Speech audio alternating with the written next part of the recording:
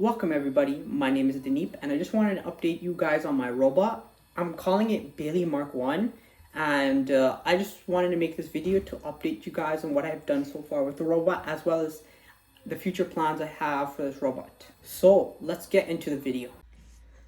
Last time I showed you guys Bailey Mark 1, I showed you that I mapped the triggers to correspond with the left and the right side of the robot. And the reason why these triggers even work for driving it accurately is because they give a value between 0 and 1023. So I can easily do a simple math formula to translate that from 0 to 100 in my program, and it does a speed. I don't have a reverse button, but I plan on adding that. So let me just show you a demonstration once again. So I move this, moves it to the right, and I move this, moves it to the left, and I can move it forward by going both. It's pretty good. Now I'm going to show you what I've done so far. So you see this ultrasonic sensor? I basically am now using it and have integrated it with this whole robot. So let me just bring the Xbox controller. So once I press the A button, it basically makes it run a function which does this. So basically, if the distance seen by the sensor is more than 20 centimeters, then it just goes forward. But if it's less than or equal to 10, then it runs another function, which just goes back and reverses. And this runs on forever. Yeah, I need a button to exit out of this, but that's for the future, you know? That's future me's problem. But let me show you a demonstration of this. So as said earlier, press the A button, it basically starts the robot, makes it go forward since the ultrasonic sensor value is more than 10 centimeters. And since right now the sensor sees less than or equal to 10, it will go back and then turn around. Now I'm going to talk about my future plans, and what they are is that I plan to redesign the top portion of Bailey Mark 1 so that half of it will house the lift I plan to make, and the lift will go on this side. The reason for that is because when I try to tip it, it doesn't tip as much to the forward side, but the back side it likes tipping. So if I add that lift, it's not gonna make it tip. If I added it to the front, it would 100% tip over like this, because how forces work. But if I add it here, it's gonna act like an anti-tip. So this is gonna do this even less, and I think it's gonna balance the weight out so that it doesn't do this as much. But we'll see. But what I plan to do is I plan to make my own gearbox using this motor. Right now, this motor has an RPM of about 16,500 RPM. And I plan on making a gearbox using 3D printed gears like this, but obviously thicker, so that they can handle wear and tear. 1 to 66.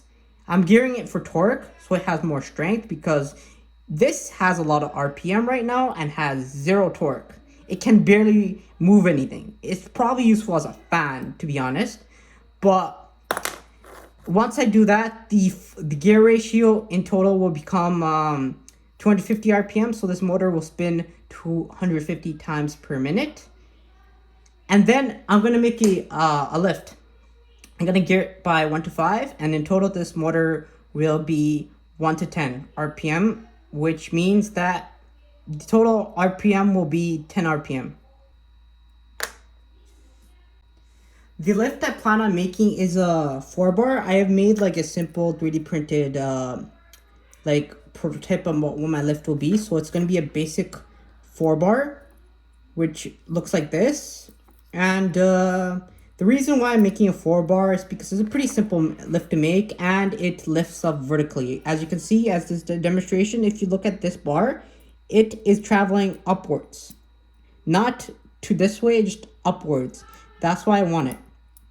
That's the only reason why I want it. What am I planning to lift? I'll tell you what I'm planning to lift. I plan on lifting this water bottle. Yes. yeah, I plan on lifting this water bottle. This goddamn water bottle. I will do this. I believe. That's enough of me going crazy over a water bottle. As I stated earlier, I'm going to make a gearbox that has an RPM of 250 in total.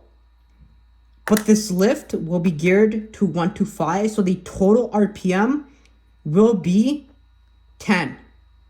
This will have so much torque, and that's how I plan on lifting this water bottle with this small of a motor and this big of a frame. Hopefully it doesn't tip like this. I hope to God it doesn't do that, but we'll see. If it can lift this water bottle, I'll gear it down even more. 2 RPM. This motor will be running 2 RPM and I have so much torque. Yo, I have enough torque to push a table, bro. I swear. But yeah, let me just talk about something else.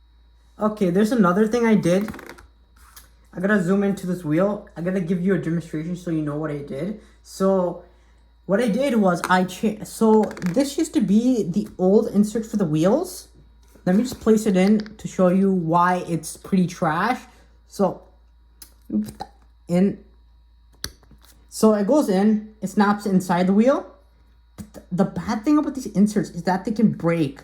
This robot's pretty heavy for what this insert can handle, and as you can see how I'm moving it, it's going to snap, and it happened so many times. So that's why I redesigned the whole insert. Let me just show you what that insert looks like. Let me just pull it off this goddamn robot.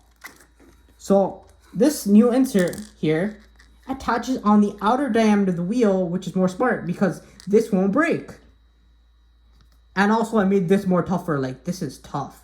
This right here, the inner circle inside was super weak. Like, I can basically snap this by simple like force, but I'm not gonna do it because I only have one hand right now. But like, yeah, I have redesigned this, and that's pretty much the video. That's all I did. Let me just put this back. And yeah, thank you for watching my video and have a wonderful day.